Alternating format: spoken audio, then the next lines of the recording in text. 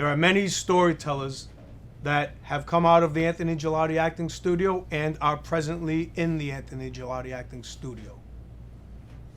One of which is my good friend and brother, Mr. Romel Rose.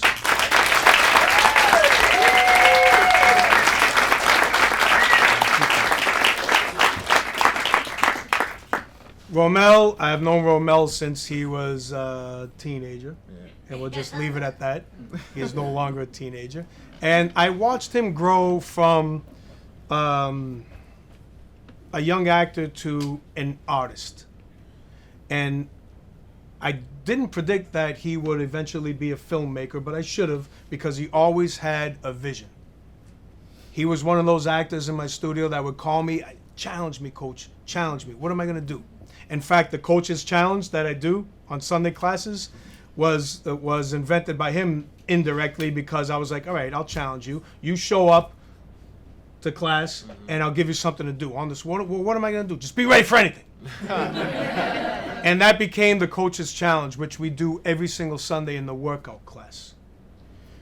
Then he got inspired, which we'll talk about in a second. He started writing films, and he is actually in pre-production for his third film.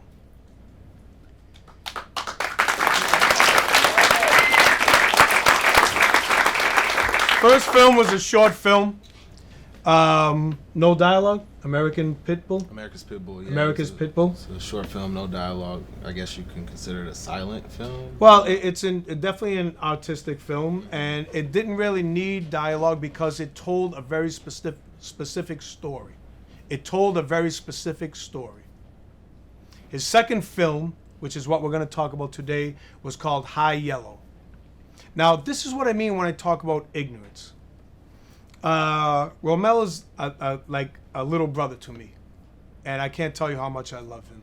We have one-on-one personal conversations all the time, and I ask him questions about things like, literally, how does it feel to be black? And what are you going through? I want to know. I need to know. Mm-hmm. And trying to create empathy for one another, which is a subject that we'll talk about at a later date as well.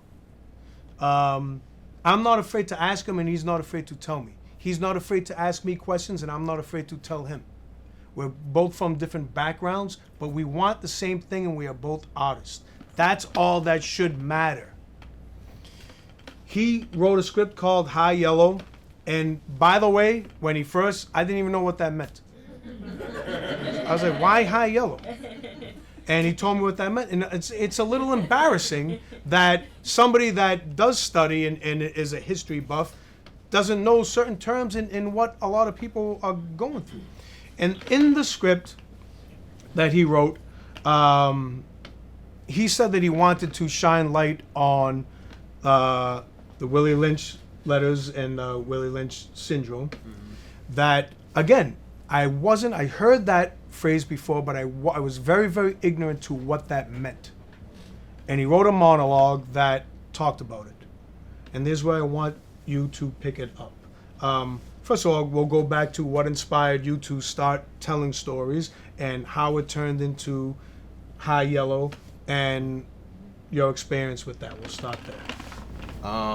Well, the inspiration came from really you encouraging all of us, all the students to, not wait on Hollywood to cast us in roles. So I came up with the story because I wanted to shine light on, not only tell a story and put myself in the role and show my acting ability, but I wanted to, have a message and have a meaning. So I created a story based off of a character who kind of deals with the stereotypes within his own community and within the professional world. So I created, within his own race. Yeah, exactly, within his own community. So, I don't know if you guys are familiar with the whole light skin versus dark skin. That's something that, really bothered me and still bothers me. And I wanted to kind of shine a light on how ignorant that was within the own community and show light to the kind of stereotypes I was dealing with when I would go to castings and agents would assume certain things about me because I'm black and stuff like that. So that was the inspiration. And did you not always know about the Willie Lynch letters and that kind of thing, or was it something that you found in your research and you felt like you were obligated to shine light on? Well, no, I didn't grow up. I grew up under like kind of knowing that it was like a jokingly back and forth that was going on within the community, but I'm like, yo, where does that come from? Like, it's not just a joke. Right. So you kind of challenged me to study Malcolm X, and he called me while I was in Vegas one weekend, and he was like, I have a challenge for you. And I was like, what's the challenge? He was like, I want you to take on Malcolm X. And I was like, whoa, I don't know if I'm ready for that. He was like, no excuses, just do it. And he hung up. So I studied Malcolm X, and it really opened my eyes to a lot of the stuff that, it just blew my mind, because a lot of the stuff that he was talking about in that time pertained to everything that's going on today. So it kind of opened my eyes and really changed my life in a sense. So I was doing the research, and I started looking at films different, and I was just understanding that this stuff is systematically kind of in place to brainwash us into thinking a certain way. So, you know, I made the film to kind of shed light on that, and I wanted to really, you know, speak to my own community. But as I, you know, screen the film, it really just touches on, you know, different communities, because I know, you know, a lot of different races experience the same thing as far as colorism and stuff like that. So Yeah, I mean, and like I said, I was really embarrassed when he brought that up, and I didn't know enough about it that I felt like I should have. And that inspired me in a big way. And I told Romel, I was like, I got your back no matter what you want to do. Mm-hmm. And however you want to do this, it's your call, but I'm here for you. And Romel, it was important for him to spread his own wings, and he finished it, he wrote it, he directed it, starred in it, and produced it. Got an Indiegogo campaign, raised the funds, and told his story. Finished it, went to film festivals, and he got a lot of invitations to speak at colleges and show his film, which is about, how long is it, like? It's like the whole thing is about 15 minutes. Good, so it's a 15-minute short, and he just been answering question after question for the last year or so, maybe even more. Yeah. Mm-hmm. And did you ever think that it would snowball into this when it started with a little concept and something that you were inspired to tell? No. It wasn't until after I shot it, and I screened it at a film festival, and a lot of people were coming up to me saying that it was very educational, and I'm like, this is what I go through every day. I wasn't trying to be educational. I just wanted to kind of, hold a mirror up and look at what we do to each other, and look at, what's going on. And, as I learned that it was educational, that's when I started shipping it to colleges, and then eventually they started hitting me up, inviting me to come speak and have discussions. So that's cool. Yeah.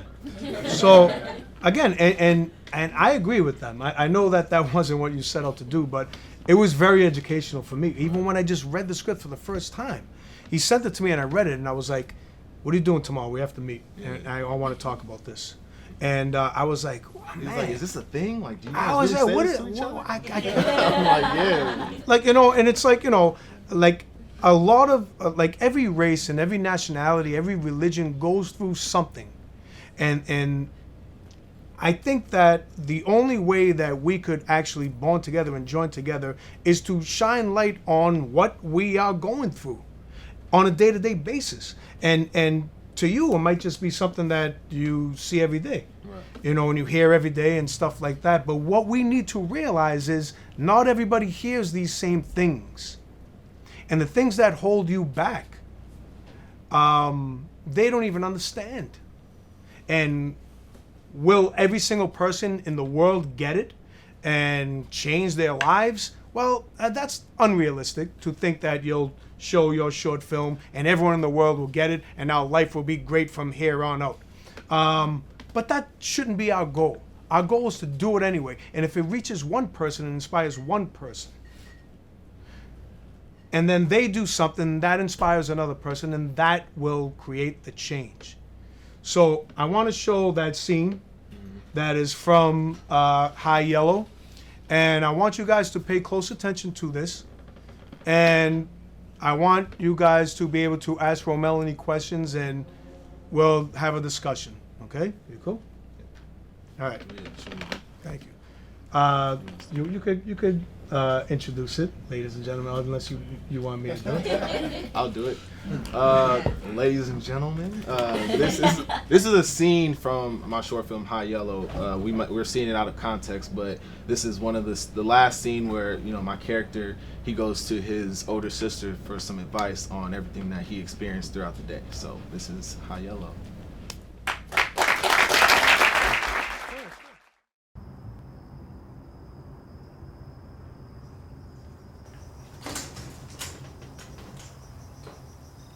Hey. What's up? Uh-oh.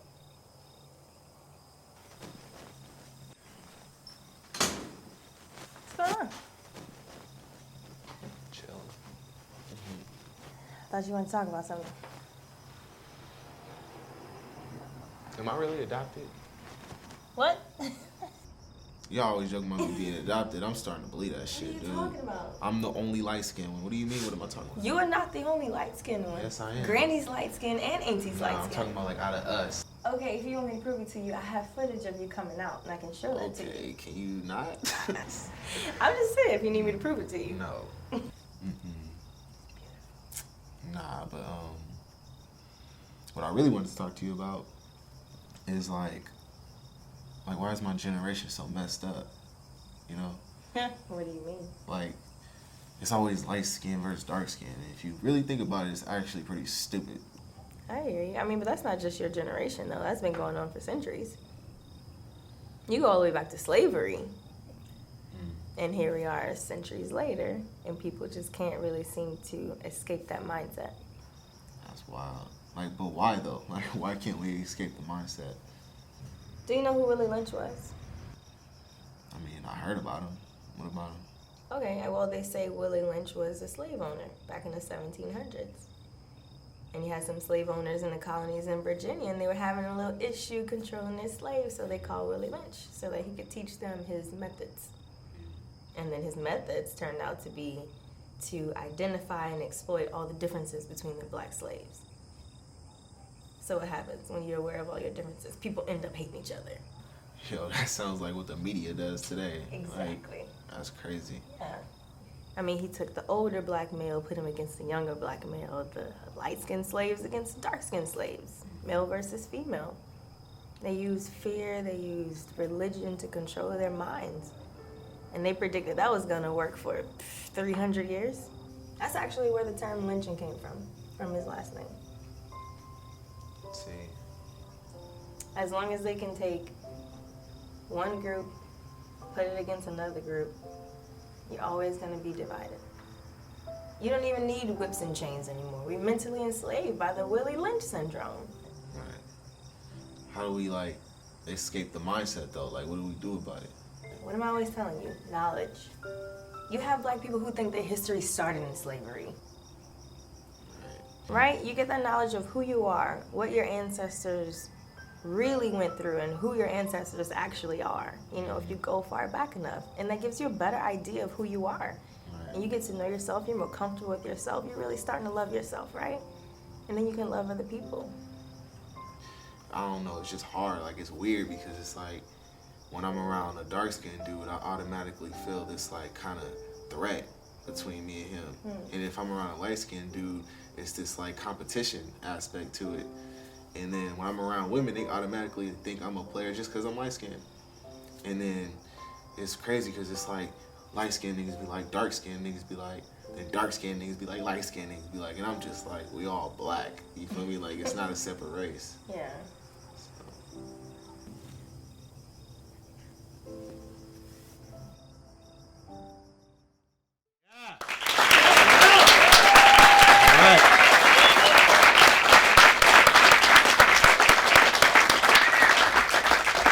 It's a very, very moving and very educational scene. Now, whether you set out for that or not, it is what it is, and that's what I always loved about High Yellow.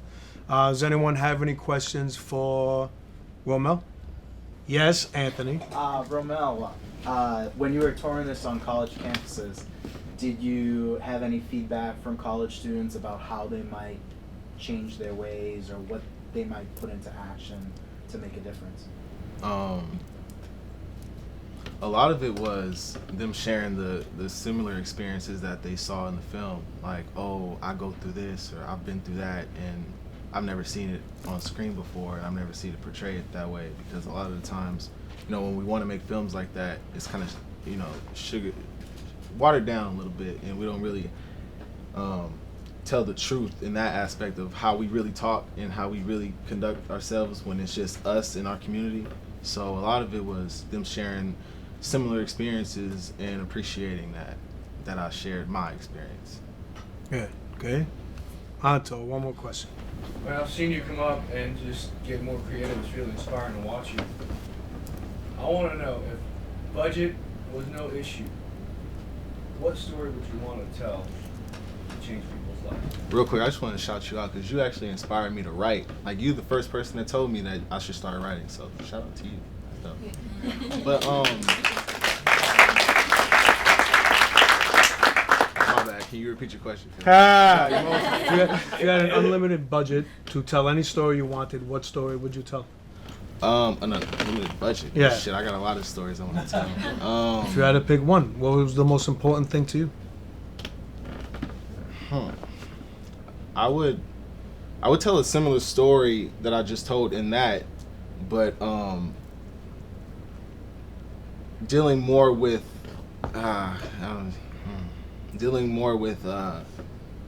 uplifting women in my community.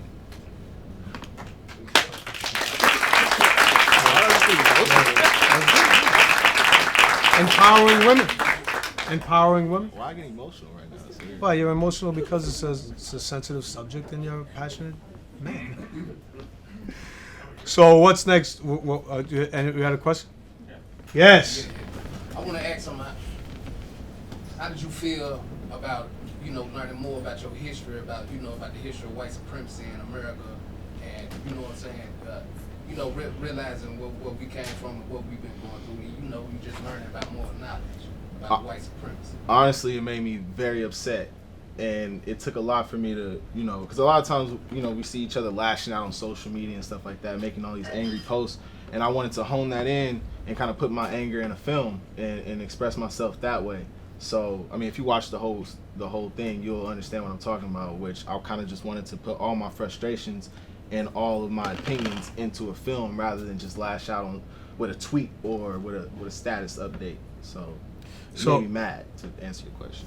If we want to watch the entire film, how can we do so? It's on YouTube and Vimeo. Under my YouTube is Romel Rose, and it's on Facebook. It's on what other platforms? All the social media platforms. If you type in my name on YouTube, it'll come up, and then it's under High Yellow Short Film. Excellent. So, and what's next for you? What are you gonna do next? I'm actually in pre-production for like you said, my next short film, which is called Because of the Internet, which deals with other social issues that I kind of want to tackle. And a few of the cast members are here today, so shout out to y'all. Uh-huh. But yeah, that's what's next. We just finished the Indiegogo campaign to raise some of the funds, so I'm looking to shoot that soon. Yeah. Excellent. And you also started your own production company through this whole process, and it is?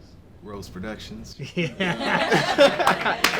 All right, ladies and gentlemen, Romel Rose of Rose Productions.